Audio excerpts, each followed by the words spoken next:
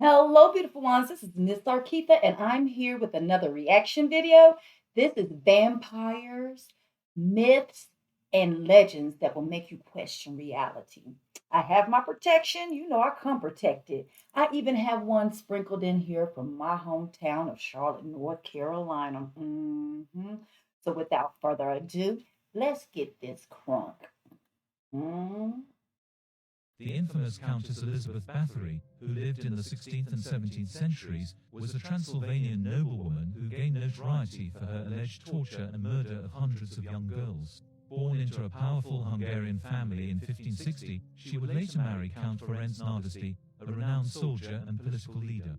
But despite all her wealth and power, the Countess was obsessed with preserving her youthful appearance. To that end, she turned to a more drastic regimen to retain her beauty. It was said that she believed bathing in the blood of young girls would keep her ageless and beautiful forever. Numerous servants, maids, and village girls were taken to the castle at her request and never seen again. Whispers of her sadistic behavior started to grow, which ranged from the torture of young women to even cannibalism. So much was the case that some accused her of becoming a vampire. It was this infamy that led to her downfall. In 1610, the Countess was arrested and put on trial for her crimes. However, she was never charged with murder or found guilty of any wrongdoing. Instead, she was sentenced to life imprisonment in solitary confinement within the walls of her castle. There she would grow old and die. Or did she find the secret within the blood she craved to live forever? Have you heard about the vampire that used to prowl the streets of Birmingham in the mid-noughties? In 2005, rumours started circulating of a man prowling around the Ward End area biting chunks out of people. Once a few of these claims had made the news, there were a lot of calls from people in Saltley, Smallheath, Allen Rock, all claiming to have had chunks bitten out of them when they opened their doors at night. Those claiming to have seen the attacker say he was black and in his mid-20s. No victims ever came forward though, and police were baffled by the claims. They claimed it an urban myth right off the bat. In fact, even the Birmingham Evening Mail reported on it at the time. This is just one extract from an article we did about all the urban myths and legends in Birmingham, which I will be covering in due course. It's no surprise that police in Birmingham never really investigated this case, nor did any hospitals in the city report unusual amounts of people with fight-related injuries. It's one of those classic scenarios of an urban myth that just got taken a little bit too far. But if not, did you know the CIA faked a vampire attack to take over the Philippines? So they had this legend called the Aswang. So the Aswang is actually a vampire, but they call it an Aswang. And they believe that being existed. So Edward Lansdale started telling his troops to spread rumors that the Aswang was near their base. So he was like, yo, I want you to spread rumors that we saw an Aswang walking around the mountains. So what happened is that once they heard that, they started sending troops to walk around to find this fucking vampire. And what happened was is that the CIA knew that they were going to look for that. So what they did is that they sent hitmen to wait for people to go and look for these vampires, and they would take them. And then they'll fucking kill them. They'll poke 2 holes on their neck and hang them upside down to drain the blood out of their bodies. And then they'll throw them back where they took them, wait for their friend to find them, and be like, oh my god, the vampire is here. They found a few people like that. The next day, 15,000 of the rebellion cleared out the mountain. And that's how the CIA took over the Philippines. Real Life Vampires Part 2, The Carter Brothers. In the early 1930s in Louisiana, a woman was found frantically running around the streets of New Orleans. Her wrist was slashed and she was in New Orleans. position. The woman told the police and the rest of the town that she had escaped the capture of 2 locals known as the Carter Brothers. She said that they had abducted her, taken her to their home, and began to torture her. And then she made the even more shocking statement that the brothers had been drinking her blood. This woman was so terrified that the police genuinely believed her, so they stormed the home of the Carter brothers and found a group of women in the exact same situation that this woman had been in herself.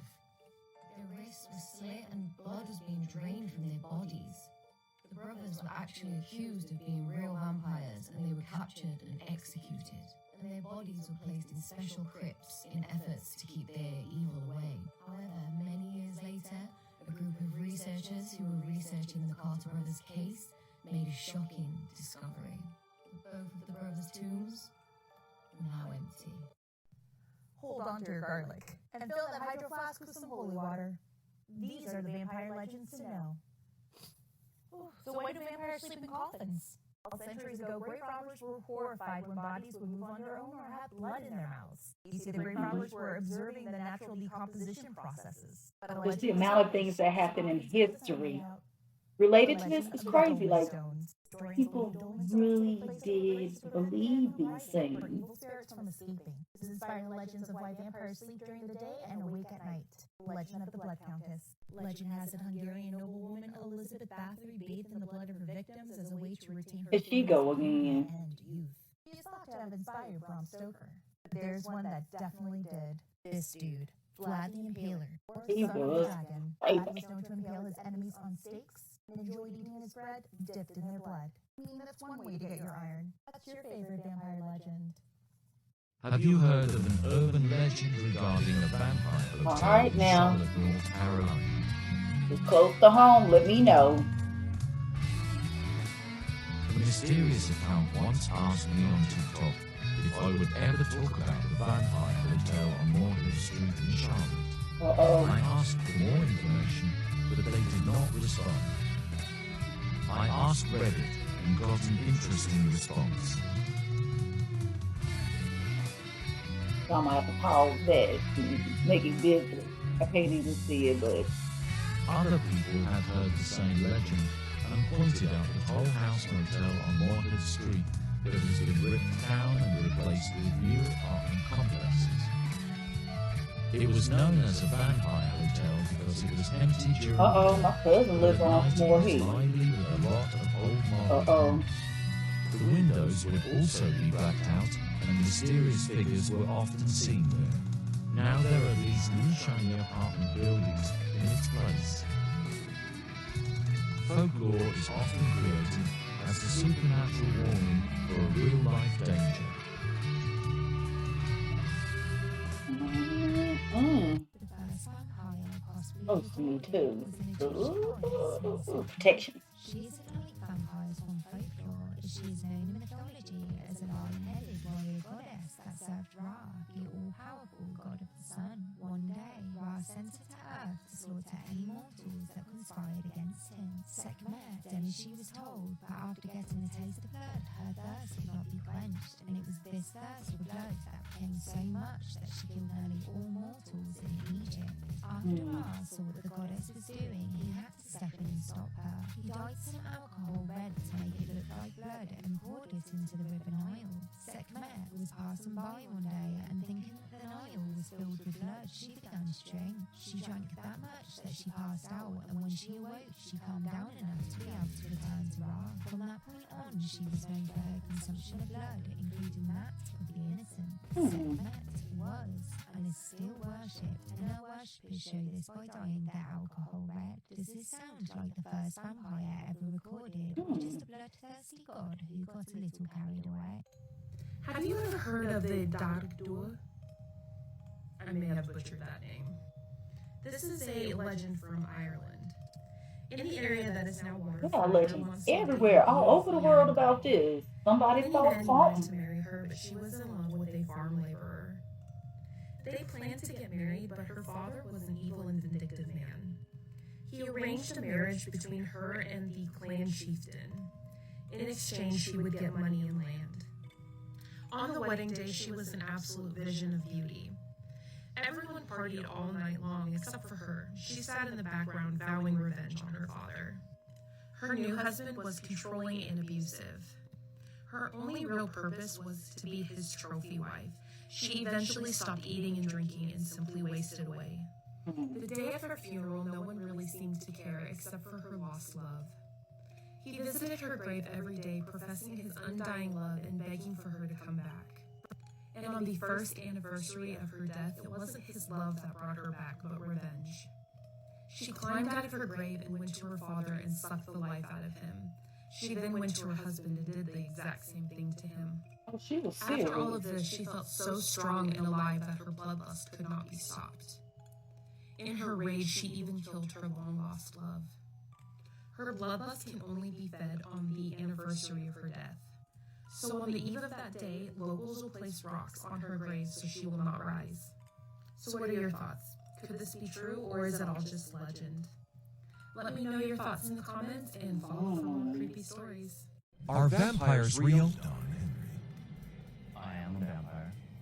I do consume human blood. There is a real live community that exists not only within the States, but also throughout the world. Oh, According to Henry, he and his kind do not people prey on believe this innocent. Well, these days we don't all do around the world. stovetide or anything like that. I'm quite mature with what we do. We keep things within I better watch out for these people. doors. These are real people walking Go around. out searching for victims or anything like that. Man, don't play. Don't even play. But clearly, there are others who aren't so considerate. In 1985, a motorist traveling down a back road in Florida came across a young woman, handcuffed and partially clothed, barely able to walk. The victim was rushed to the local hospital, where Lieutenant Bob Lethrow of the Brevard County Sheriff's Department was brought in on the case. The doctors and the paramedics realized that she had lost a significant amount of blood and possibly could have passed away from exposure. Just 19 years old, the girl had a terrifying story to tell. She informed me that she was out on the roadway hitchhiking, and this gentleman picked her up. He looked very well dressed. He offered her a ride. But once in the car, the driver overpowered her and choked her unconscious. It was then that the nightmare really began. She woke up later on, unknown amount of time. She was on a countertop in the kitchen.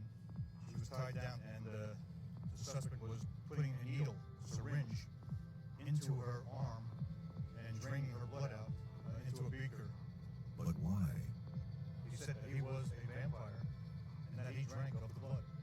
The nightmare continued for hours. In between feedings, the kidnapper kept her handcuffed in the bathtub. It was through the bathroom window, still handcuffed, that she managed to escape onto the nearby road. I can't even imagine. The victim in this case And I don't want to. but others have not.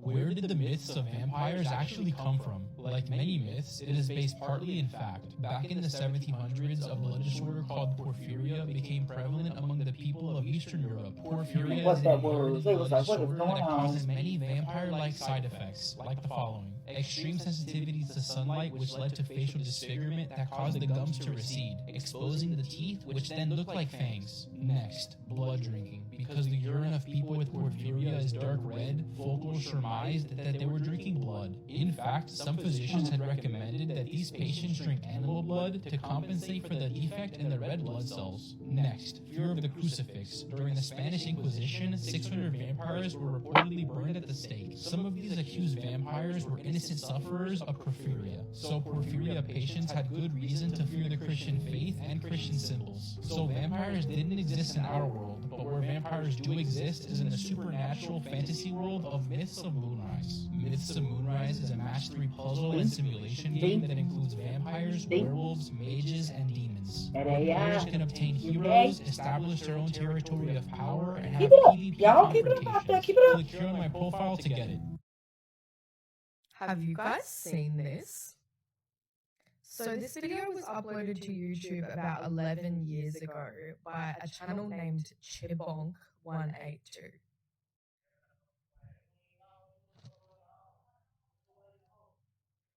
I'm gonna have to turn it up soon.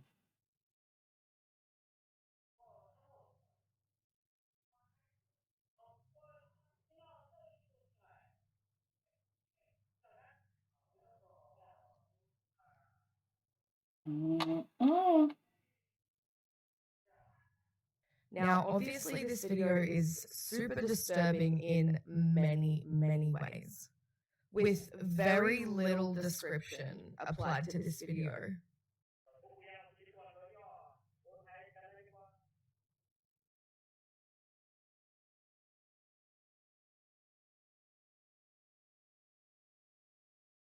Really, the only description online that I can find to this is a woman asking for water.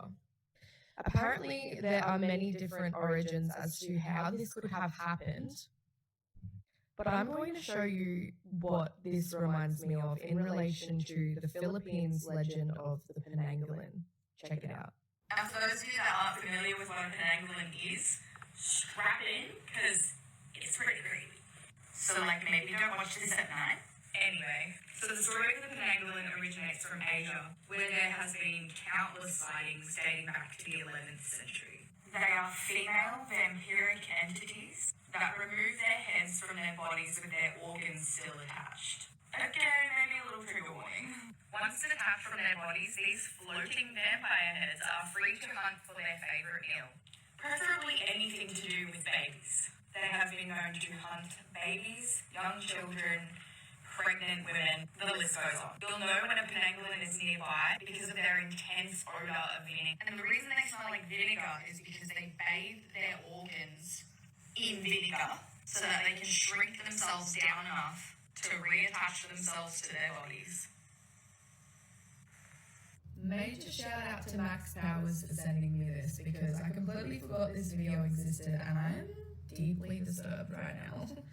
If you can help to translate in the comments, that would be great, but otherwise, what do you think? Oh,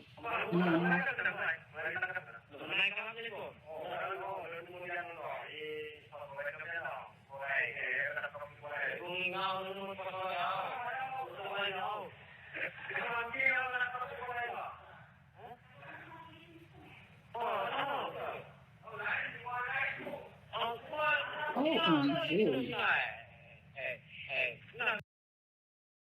Okay. So that's it, y'all. That's what I've brought to the table on this vampire topic.